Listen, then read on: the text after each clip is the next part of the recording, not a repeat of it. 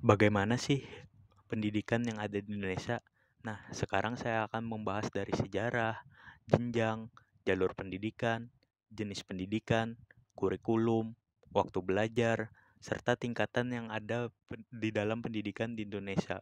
Jadi, pendidikan di Indonesia adalah seluruh pendidikan yang diselenggarakan di Indonesia, baik itu secara terstruktur maupun tidak terstruktur. Secara terstruktur, pendidikan Indonesia menjadi tanggung jawab Kementerian Pendidikan dan Kebudayaan Republik Indonesia atau Kemdikbud. Dahulu bernama Departemen Pendidikan Nasional Republik Indonesia atau Depdiknas. Di Indonesia sekarang semua penduduk wajib mengikuti program wajib belajar pendidikan dasar selama 9 tahun, 6 tahun di sekolah dasar dan 3 tahun di sekolah menengah pertama. Saat ini, pendidikan di Indonesia diatur melalui Undang-Undang Nomor 20 Tahun 2003 tentang Sistem Pendidikan Nasional. Pendidikan di Indonesia terbagi ke dalam 3 jalur utama, yaitu formal, non-formal, dan informal. Pendidikan juga dibagi ke dalam 4 jenjang, yaitu anak usia dini, dasar, menengah, dan tinggi. Sekarang kita memasuki pembahasan yang pertama, yaitu sejarah. Dalam sejarah, Belanda memperkenalkan sistem pendidikan formal bagi penduduk Hindia Belanda atau cikal bakal bagi Indonesia. Meskipun terbatas, hanya untuk kalangan tertentu, sistem yang mereka perkenalkan secara kasar sama saja dengan struktur yang ada sekarang, dengan tingkatan sebagai berikut. Sekolah dasar bagi pribumi, sekolah menengah pertama, sekolah menengah bawah. Sejak tahun 1930-an, Belanda memperkenalkan pendidikan formal terbatas bagi hampir semua provinsi di Hindia Belanda. Pembahasan berikutnya yaitu jenjang pendidikan yang ada di Indonesia. Jadi, jenjang pendidikan adalah tahap pendidikan yang ditetapkan berdasarkan tingkat perkembangan peserta didik, tujuan yang akan dicapai, dan kemampuan yang dikembangkan.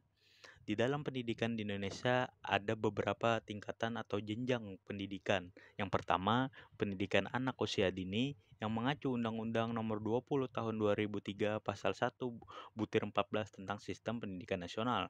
Pendidikan anak usia dini atau PAUD adalah suatu upaya pembinaan yang ditujukan bagi anak sejak lahir sampai dengan usia 6 tahun yang dilakukan melalui pemberian rangsangan pendidikan untuk membantu pertumbuhan dan perkembangan jasmani dan rohani agar anak memiliki kesiapan dalam memasuki pendidikan lebih lanjut. Yang kedua, pendidikan dasar. Pendidikan dasar merupakan jenjang pendidikan awal selama 9 tahun, yaitu sekolah dasar atau SD selama 6 tahun, dan sekolah menengah pertama atau SMP selama 3 tahun. Pendidikan dasar merupakan program wajib belajar. Yang ketiga, pendidikan menengah. Pendidikan menengah merupakan jenjang pendidikan setelah pendidikan dasar, yaitu sekolah menengah atas atau SMA maupun sekolah menengah kejuruan atau SMK selama 3 tahun waktu tempuh pendidikan. Yang terakhir, ada pendidikan tinggi atau memasuki perguruan tinggi. Pendidikan tinggi adalah jenjang pendidikan setelah pendidikan menengah yang mencakup program pendidikan, diploma, sarjana, magister, dokter, dan spesialis yang diselenggarakan oleh perguruan tinggi tersebut. Pembahasan yang ketiga ada jalur pendidikan. Jadi, jalur pendidikan adalah wahana yang dilalui peserta didik untuk mengembangkan potensi diri dalam suatu proses pendidikan yang sesuai dengan tujuan pendidikan. Di dalam pendidikan yang ada di Indonesia ada terbagi 3 jalur. Yang pertama, ada pendidikan formal. Pendidikan formal merupakan pendidikan yang diselenggarakan di sekolah-sekolah pada umumnya. Jalur pendidikan ini mempunyai jenjang pendidikan yang jelas, mulai dari pendidikan dasar, pendidikan menengah, sampai pendidikan tinggi atau perguruan tinggi. Yang kedua adalah pendidikan non-formal. Pendidikan non-formal paling banyak terdapat pada usia dini serta pendidikan dasar. Terdapat pula Taman Pendidikan Al-Quran atau TPA yang banyak terdapat di setiap masjid, dan sekolah minggu yang terdapat di semua gereja. Selain itu, ada juga berbagai kursus, diantaranya kursus musik, bimbingan belajar, dan sebagainya. Yang terakhir, ada pendidikan informal. Pendidikan informal adalah jalur pendidikan keluarga dan lingkungan berbentuk kegiatan belajar secara mandiri yang dilakukan secara sadar dan bertanggung jawab. Pembahasan berikutnya yaitu jenis pendidikan. Jadi jenis pendidikan adalah kelompok yang didasarkan pada kekhususan tujuan pendidikan dalam suatu satuan pendidikan. Di Indonesia, pendidikan ada beberapa jenis. Yang pertama, jenis pendidikan umum Pendidikan umum merupakan pendidikan dasar dan menengah yang mengutamakan perluasan pengetahuan yang diperlukan oleh peserta didik untuk melanjutkan pendidikan ke jenjang yang lebih tinggi. Bentuknya seperti sekolah dasar atau SD, sekolah menengah pertama atau SMP, dan sekolah menengah atas atau SMA. Yang kedua, pendidikan kejuruan. Pendidikan kejuruan merupakan pendidikan menengah yang mempersiapkan peserta didik, terutama untuk bekerja dalam bidang tertentu. Bentuk satuan pendidikannya adalah sekolah menengah kejuruan atau SMK. Sekolah menengah kejuruan ini memiliki berbagai macam spesialisasi keahlian tertentu. Yang ketiga, pendidikan akademik. Pendidikan akademik merupakan pendidikan tinggi program sarjana dan pasca sarjana yang diarahkan terutama pada penguasaan disiplin ilmu pengetahuan tertentu. Yang keempat, pendidikan profesi. Pendidikan profesi merupakan pendidikan tinggi setelah program sarjana yang mempersiapkan peserta didik untuk memasuki suatu profesi atau menjadi seorang profesional. Yang kelima, pendidikan vokasi. Pendidikan vokasi merupakan pendidikan tinggi yang mempersiapkan peserta didik untuk memiliki pekerjaan dengan keahlian terapan tertentu maksimal dalam jenjang diploma 4 yang setara dengan program sarjana atau strata 1. Yang kelima, pendidikan keagamaan. Jadi, pendidikan keagamaan merupakan pendidikan dasar, menengah, dan tinggi yang mempersiapkan peserta didik untuk dapat menjalankan peranan yang menuntut penguasaan pengetahuan dan pengalaman terhadap ajaran agama atau menjadi ahli ilmu agama. Yang terakhir, jenis pendidikan khusus. Pendidikan khusus merupakan penyelenggaraan pendidikan untuk peserta didik yang berkebutuhan khusus atau peserta didik yang memiliki kecerdasan luar biasa yang diselenggarakan secara inklusif atau bergabung dengan sekolah biasa atau berupa suatu satuan pendidikan khusus pada tingkat pendidikan dasar dan menengah atau dalam bentuk sekolah luar biasa atau SLB.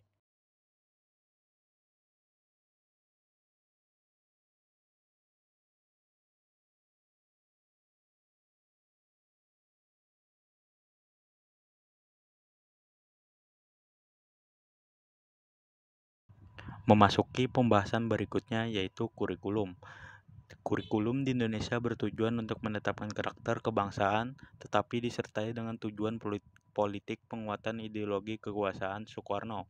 Setelah pemerintahan Orde Lama berakhir dan pemerintahan Orde Baru dimulai, kurikulum di Indonesia bertujuan untuk memperkuat ideologi Pancasila dan pembangunan negara. Penetapan kurikulum dilandasi oleh pemanfaatan alumnus pendidikan untuk menghasilkan tenaga kerja terampil dan menciptakan stabilitas politik serta keamanan. Pembahasan selanjutnya yaitu ada waktu belajar. Sebagian besar sekolah di Indonesia memulai tahun pelajarannya pada bulan Juli. Satu tahun pelajaran dibagi ke dalam 2 semester. Semester ganjil dimulai dari Juli sampai dengan Desember dan semester genap dari Januari sampai dengan Juni. Pembahasan terakhir yaitu tingkatan pendidikan di Indonesia. Yang pertama, ada prasekolah. Dari kelahiran sampai usia 2 tahun, kanak-kanak Indonesia pada umumnya tidak memiliki akses terhadap pendidikan formal. Yang kedua, ada sekolah dasar. Kanak-kanak berusia 6 sampai 11 tahun memasuki sekolah dasar atau SD. Madrasah Ibtidaiyah atau MI, tingkatan pendidikan ini adalah wajib bagi seluruh warga negara Indonesia berdasarkan Konstitusi Nasional. Yang ketiga, ada sekolah menengah pertama atau SMP dan Madrasah Sanawiyah atau MTS adalah bagian dari pendidikan dasar di Indonesia. Yang keempat, sekolah menengah atas atau SMA. Di Indonesia pada tingkatan ini terdapat 3 jenis sekolah, yaitu SMA, SMK, Madrasah Aliyah. Siswa SMA dipersiapkan untuk melanjutkan pendidikannya di perguruan tinggi, sedangkan siswa SMK dipersiapkan untuk dapat langsung memasuki dunia kerja tanpa melanjutkan ke tahapan pendidikan selanjutnya. Madrasah Aliyah pada dasarnya sama dengan sekolah menengah atas, tetapi porsi kurikulum keagamaannya dalam hal ini lebih besar dibandingkan dengan sekolah menengah atas. Pendidikan berikutnya yaitu pendidikan tinggi. Setelah tamat dari sekolah menengah atas atau madrasah aliyah, para siswa dapat memasuki perguruan tinggi. Pendidikan tinggi di Indonesia dibagi dalam 2 kategori, yakni yang negeri dan swasta. Kedua-duanya dipandu oleh Kementerian Pendidikan Nasional. Terdapat beberapa jenis lembaga pendidikan, misalnya universitas, sekolah tinggi, institut, akademi, dan politeknik. Ada beberapa tingkatan gelar yang dapat diraih di pendidikan tinggi yaitu Diploma 3 atau D3, Diploma 4 atau D4, Strata 1 atau S1, Strata 2 atau S2, dan yang terakhir strata 3 atau S3. Sekian pembahasan dari saya, yaitu pendidikan di Indonesia, mulai dari sejarah sampai tingkatan pendidikan yang ada di Indonesia. Sebelumnya saya ucapkan terima kasih.